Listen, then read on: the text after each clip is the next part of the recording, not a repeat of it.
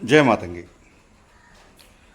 మనకి ఈ వారాహి నవరాత్రుల్ని మంత్రం ఉపాసన లేనటువంటి వాళ్ళు, మామూలుగా గృహిణులు, లేదా అంటే మామూలు మామూలు అప్పుడప్పుడు పూజలు చేసుకునేటువంటి వాళ్ళు, ఇప్పుడంతా ఇవాళ రేపు నవరాత్రులు అనేటప్పుడు అందరూ చేద్దామని చెప్పి ఆలోచన ఉంది.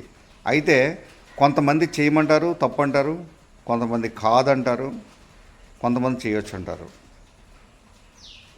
వాస్తవంగా మా మా తాలూకా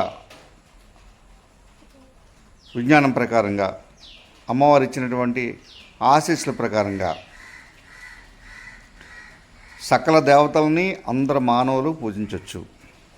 వారాహి అన్నటువంటిది ఆ అమ్మవారు ఆవిడేది రాక్షస దేవత లేదా అనుకున్నట్టయితే ఏదో చెడు చేసే దేవత కాదు, అందరూ అమ్మలే.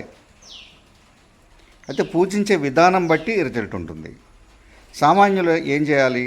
మనం మామూలుగా మీరు ఇవన్నీ ఎలా చేసుకుంటారు? మిగతా పూజలన్నీ చక్కగా ఫోటో పెట్టుకుని నవరాత్రుల్లో కలిసి లేకుండా అమ్మవారి తాలూకా అష్టోత్తరంతో 2 పూట్ల పూజ చేసుకుని మీకు ఏది కలిగితే దానినే చక్కగా నైవేద్యంగా ఇవ్వండి. పంచోపచార పూజ చేయండి. షోడశోపచార పూజ రాకపోతే పంచోపచార పూజ చేసి ఆ పూజతోనే అమ్మవారికి మీకు ఏది కలిగితే దాన్ని నివేదించండి. అంటే ఏం కలిగితే దాన్ని నివేదించాలంటే మళ్ళీ ఇక్కడ ఒక శంక. మేము ఏం పెట్టాలి నివేదన? మీరు ఏ రకమైనటువంటి మాంసాహారాన్ని, మద్యపానాన్ని, వాటిని కూడా మద్యం కానీ వాటిని నివేదించకండి. పళ్ళు, పులగం, పరవన్నం, పులిహోర, ఇలా పంచాన్నాలు ఉన్నాయి కదా, పంచాన్నాలు అవన్నీ లేకపోతే ఒక ఒక మనం బెల్లంతో తయారైనటువంటి పానకాన్ని కొంచెం ఘాటుగా మిరియాలు వేసి అవి నివేదనగా పెట్టండి.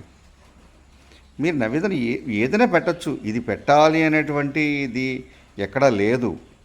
మీకు కావాల్సిందల్లా ఏంటంటే అమ్మవారిని భక్తితో ఆవాహన చేసి మీరు చక్కగా ఆనందంగా పూజ చేయండి. పూజ చేసిన తర్వాత అమ్మవారు మీకు ఏం కావాలో ఆవిడకి తెలుసు, మీరేం ప్రత్యేకించి అడగక్కర్లేదు. కాబట్టి అందరూ ఈ వారాహి నవరాత్రుల్లో పూజ చేయొచ్చు, తప్పులేదు. కానీ ఏదో పరిపరి విధాలుగా అప్పుల పాలు అయిపోయి కలిసిలు పెట్టి లేదా మరొకటి చేసి లేదా ఇంకోటి ఏదో పద్ధతులు చెప్పిన ఆ పద్ధతుల్లో అలాంటి వాటిలో కలకండి. మీ గురువులు ఉంటే గురువులు చెప్పిందని ఆచరించండి. గురువులు లేకపోతే సామాన్యంగా వారాహి అమ్మవారిని చక్కగా మీరు ఇంట్లో మీ దేవతగా మీరు ఆవాహనం చేసి ఈ 9 రోజులు పూజ చేసుకోవచ్చు, తప్పేం లేదు. శాంతియుతంగా పూజ చేసుకోండి. జై మాతంగి.